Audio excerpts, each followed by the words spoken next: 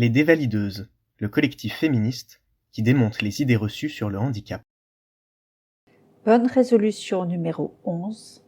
Je ne considère plus les personnes handicapées comme des leçons de vie. Cet article fait partie du projet 31 bonnes résolutions antivalidistes, dévoilé en janvier 2020. Parmi tous les clichés validistes que nous subissons, l'image de la personne handicapée oscille souvent entre deux extrêmes. Soit on nous croit incapables, tristes et inintéressants, en un mot, chiants. Soit on nous imagine comme des super-héros du quotidien, toujours souriants, incroyablement courageux et inspirants. Et là aussi, ça coince. Asseyez-vous, faut qu'on cause. Nous imaginer et nous traiter comme des êtres hors du commun, des leçons de vie, juste parce qu'on est handicapé, n'est pas un compliment. Faut pas le prendre mal, c'est sincère, je t'admire vraiment. Tu es une personne extraordinaire. C'est même assez déstabilisant d'être applaudi pour avoir réalisé des choses parfaitement ordinaires. Vous ne nous en pensiez donc pas capables?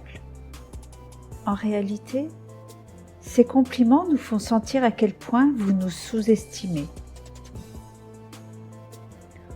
On glorifie aussi des personnalités extraordinaires qui relèvent des exploits sportifs ou changent le monde, malgré leur handicap.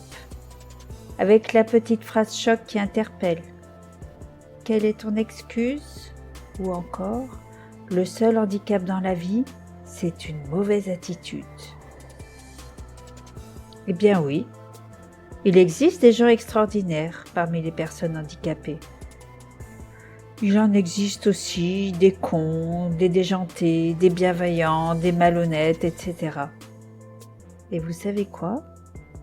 Exactement dans la même proportion que dans la population globale. Cela nous culpabilise aussi, parce que nous ne sommes pas tous capables de ces exploits. En nous supposant une force de caractère et une grandeur d'âme hors normes, vous faites peser sur nous des attentes beaucoup trop lourdes. Laissez-nous revendiquer le droit à la médiocrité. Et puis entre nous, cette façon de nous considérer si forts, insubmersibles, beaux dans l'adversité, est-ce que ça ne serait pas un moyen de nous laisser nous débrouiller tout seuls avec nos problèmes? Les anglophones parlent de pornographie de l'inspiration ou inspiration porn.